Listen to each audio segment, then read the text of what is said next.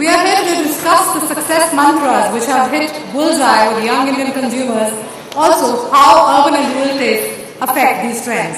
And we have Mr. Prahlad Thakur, the famous ad guru, as our moderator, and I think he would like to have the pleasure of introducing the panelist himself. We're going to start with Jasmeet because Jasmeet works for Nokia. Zarina, who I've known for years, and we've always referred to her from her old generation of filmmakers. All of us are old generation filmmakers. Laura comes from Netherlands, and she's a project person. She works with young people. Monica is a Tata, and she's got the noble nose and the whole works. And there's Gautam. Gautam is going to be a sobering influence on all of us. I think the most exciting thing about India is the state of change. All of us are trying to cope with young people today. Number one thing is media consumption has really changed, at least in my own house, I see. My daughter doesn't spend her time after she's got her laptop in front of the TV anymore.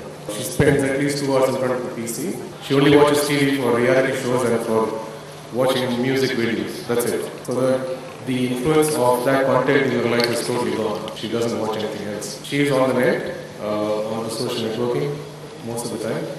And the people who are influencing her thoughts, the youth of today, are not brands, they're real people. And that's a radical shift from where she is, because that generation is a very impressionable age right now. To her, what are the media brands today? It's not Star TV, it's not ZTV, it's not anything else. To her, brands are Google, Spotify, YouTube, and of course Facebook. And believe me, these brands didn't exist in the right 1.5 years ago. And today, it constitutes almost everything that she does in terms of communication, in terms of information, and in terms of keeping in touch with people. Indian youth, largely very different, I think, from youth elsewhere.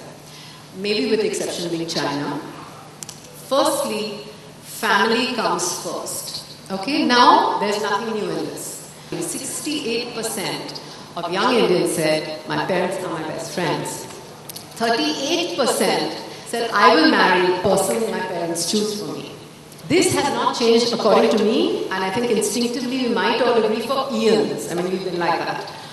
What has changed are the other two key influencers.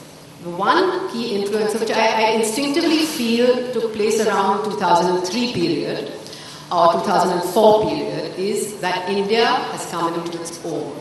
I was just trying to figure out why it's recently happened, and honestly guys, it's our GDP growth.